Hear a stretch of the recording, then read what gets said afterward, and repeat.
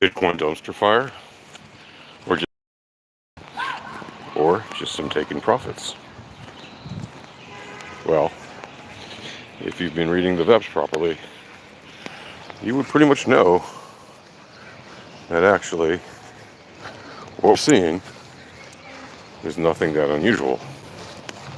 In fact,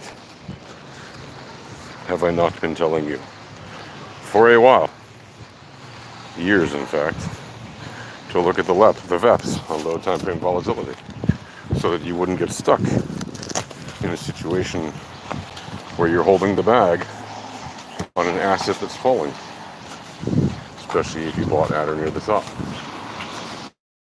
Now, how low will it go? Well, as I've been telling you for a while, the 30 power mean on Bitcoin has been rising, and yesterday was around 62K. Last I looked at Bitcoin, it was not far from there, maybe 64 or something. I think it might have been a bit lower though before. But anyway, take a look at that daily power mean. See what it's saying. Don't be surprised if it hits that and bounces or goes down further. Why? Because it's an important area. Why? Because power means are.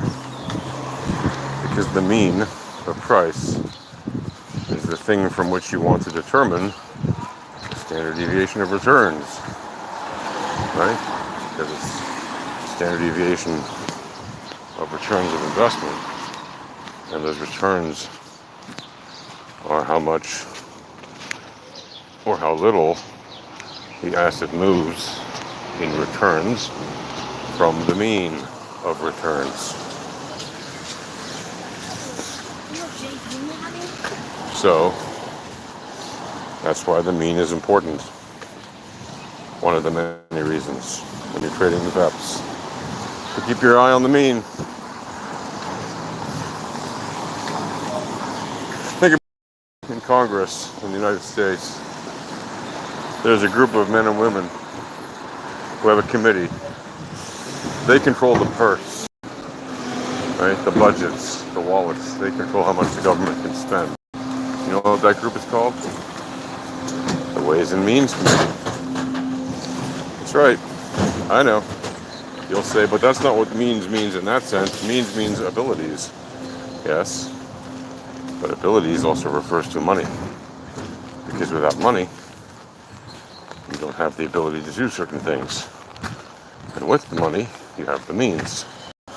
The Ways and Means Committee. Reminding you that means are important, whether it's monetary means or other means. Either way, very often they can both relate to monetary means.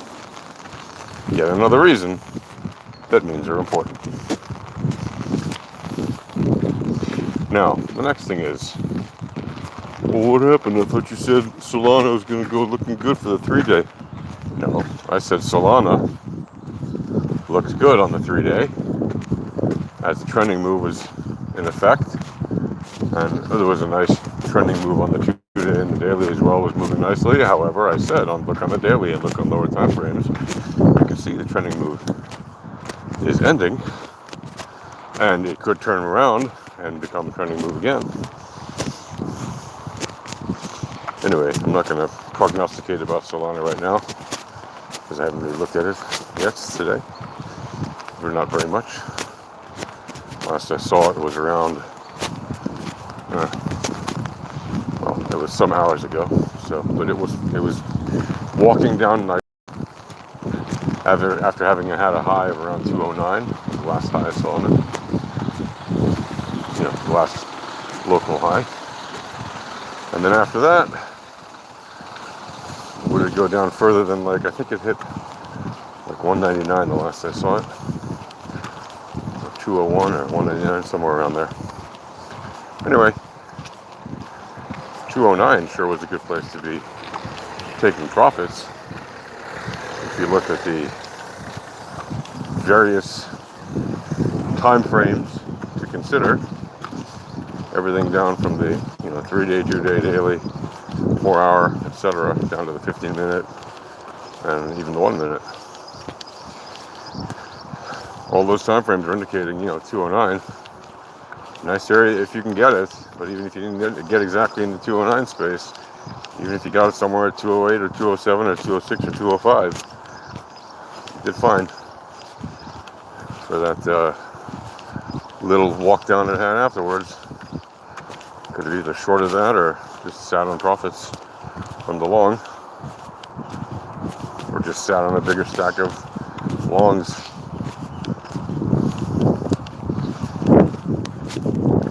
Whatever you did. If you read the VEPs, taking the profits. Why? Because that's what VEPs traders do. VEPs traders do not just sit stacks and watch them rise or fall in value without actually doing anything about it. You got to do something. You don't have to constantly be in a trade. You do not have to constantly be in a trade. And if you think that the action is too much for your liking and you can't handle it, there's nothing wrong with taking time off, because you can easily get burned out trading too often. Right? Some people take days, weeks, months, even a year off of trading. Why? Because it can be quite challenging for the mind to be in and out of trades constantly, especially if you're doing low time frame trades and you're not used to moving fast. Right? Some people are wired to move fast. They thrive on low time frame scalps. Some people are wired to move slow. They think they'll thrive on trading slow. It's really not, if you're wired to move slow, consider being an investor. Or consider finding a time frame you can actually trade in successfully. Because low time frames like 1 minute, 3 minute, 5, 6, minute might not be your thing if you're a slow person. And there's nothing wrong with being slow at all, obviously. I'm not criticizing it in any way. And I have mad respect for people who accomplish a lot and who know how to take it easy and slow. That is a very particular skill, and one that is admirable in many ways. I'm just saying, some people are wired differently. And people who are wired to move fast, very often, if they're able to think quick on their feet, as a matter of expression, if they're able to do things quickly, take actions quickly, analyze things quickly, obviously, before they take those actions quickly, and do those things correctly, those are the kind of people that tend to be wired for trading, at least for some time. But the problem is, if you are only partially that way, and then you try to increase your powers of fast moving and fast thinking by taking, things that you think will make your brain think clearer or faster, and things that you think will make your body act faster, you're only harming yourself, and you're limiting your ability for the long term to do this, and you'll burn out faster. So keep that in mind. Right, everything's a trade-off. Do you want to do this for a shorter amount of time but way more intensely? Or do you want to do this for a longer period of time, still relatively intensely, but pull it back a notch so that you don't burn out? Right? Would you rather be Warren Buffett, or would you rather be the Wolf of Wall Street, who ended up losing it all and going to prison and then coming out and becoming basically a grifter of all kinds of garbage? And there's different desires for different people. And I'm not saying that everybody who trades fast and burns out goes on to be a grifter. Not at all. I'm just saying there are personality types, and you got to make sure you know which one you have, so that you don't descend into the degenerate world of doing things that are not good. Right? Because ultimately trading is about growing your profit, and if you can't grow your profit and enjoy it, you're kind of doing it wrong. So I would highly recommend knowing who you are before becoming serious about trading. Like, know your personality type, know what speed you like to work at, get a handle on all that. Anyway, it's not a psychological lesson or anything like that. That's all not. I'm just saying, there are different types of traders. Know which kind you are, and make sure you read the VEPS info so that you don't have lagging information, and so that you rely on leading information, because that is going to be very helpful to you as a trader, without a doubt. So now the question is, do you dump further on Bitcoin at this point, or any other asset that's been taking a big dump overnight? And the answer is, look at the VEPS. Look at the VEPS. Look at what the volatility is telling you. Look at the entropy. Right? Have I not been telling people this easily could be a sideways or down week? I have been. You know how I knew that? The VEPS. I didn't guess that. I didn't crystal ball that. Right?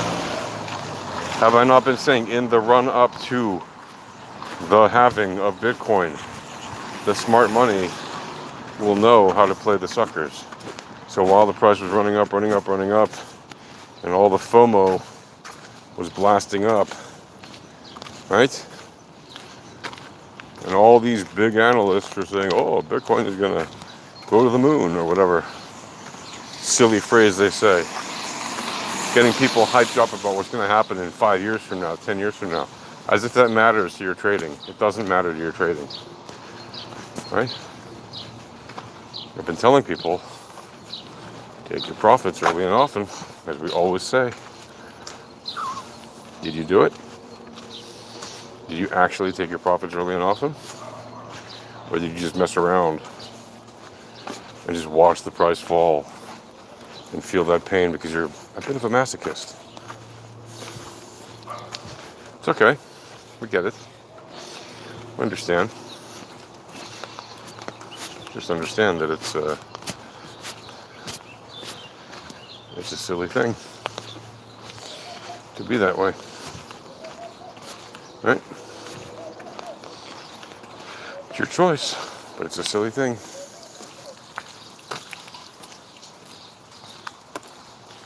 And you don't have to be like that. All right. Happy trading.